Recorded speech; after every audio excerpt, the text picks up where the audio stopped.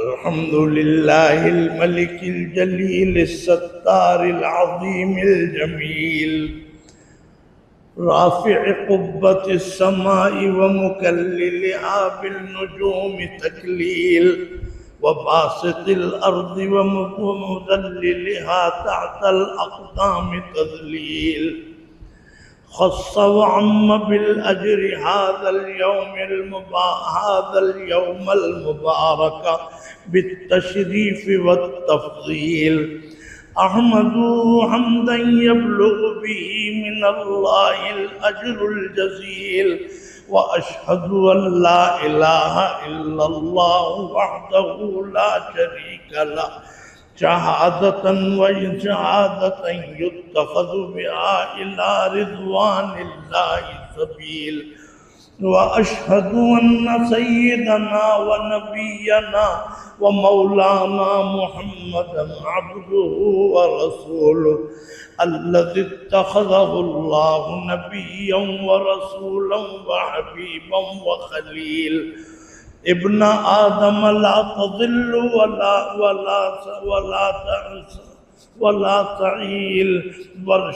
ترشد إلى خير منهج وسبيل وارحم ترحم وإياك الغرور تميل ودع عنك الزور والقال والقيل فإنه يحل بك العذاب الوبيل وتزود من دنياك فإنها دار فناء وزوال ورحيل وتهيأ للموت فإنك ميت عن قليل وفصل لك من ملابس التقوى أحسن تفصيل ولا تظلم فيقتص منك غدا فإن الله لا يظلم الناس فتيل فعليك بمثل يوم عاشوراء فإنه يوم فضيل فيه تاب الله على آدم بعد الطرد والبكاء والعويل وفيه رفع إدريس مكانا عليا وفيه نجا نوح ومن معه في السفينة بالزاد القليل وفيه أطفى الله نار إبراهيم الخليل وفيه كلم الله موسى وأنزل عليه التوراة تنزيل وفيه شفى أيوب وفيه رد يوسف على يعقوب بعد حزنه الطويل وفيه أخرج يونس من بطن الحوت وفيه فلق البحر لبني إسرائيل وفيه غفر لداود ذنبه وفيه رد لسليمان ملكه ردا جميل وفيه رفع عيسى وفيه نزل بالرحمة جبرائيل وفيه غفر لنبينا محمد صلى الله عليه وسلم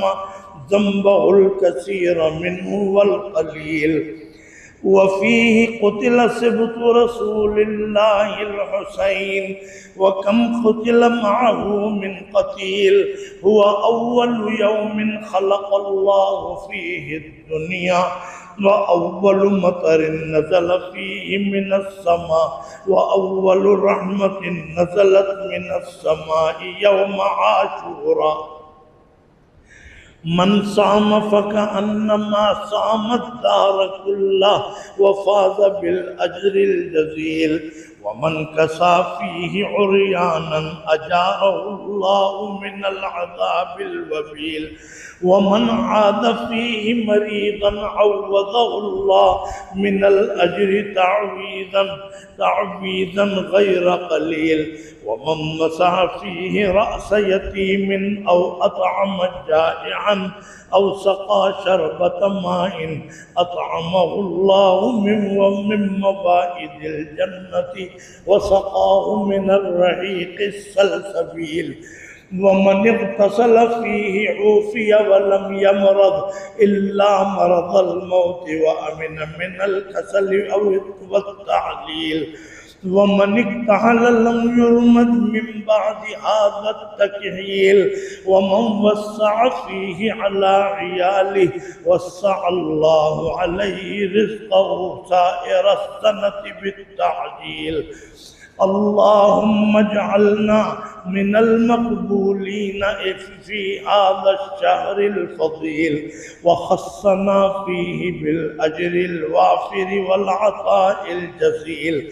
واغفر لنا فيه كل ذنب عظيم وخفف ظهورنا من كل بذر ثقيل برحمتك يا أرحم الراحمين، والحمد لله رب العالمين. أعوذ بالله من الشيطان الرجيم. ألم تر إلى الذين يزكون أنفسهم بل الله يزكي من يشاء ولا يظلمون فتيلا.